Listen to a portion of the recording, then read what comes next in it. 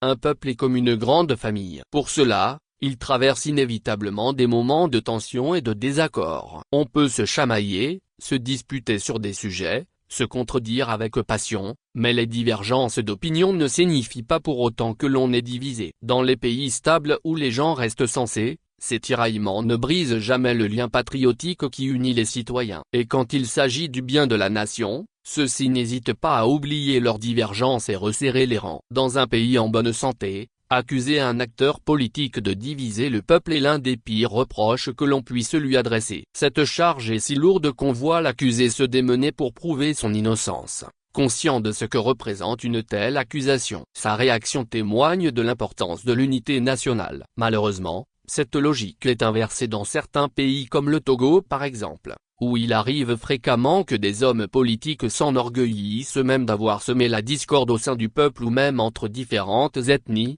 dans le but d'en tirer des bénéfices politiques. Et loin d'être condamnée, cette pratique est même un badge d'honneur, alors qu'elle mène à l'affaiblissement de la nation, et parfois même fait gravement couler le sang.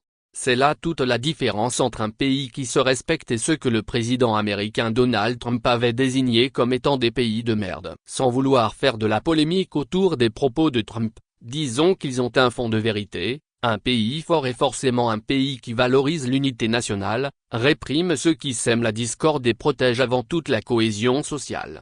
L'unité d'un peuple ne signifie pas l'uniformité de pensée. Au contraire, c'est précisément la diversité des opinions et la capacité à les confronter pacifiquement qui renforce la cohésion sociale. Mais lorsque la division devient une stratégie politique, lorsque la discorde est cultivée délibérément, alors le pays court un danger immense.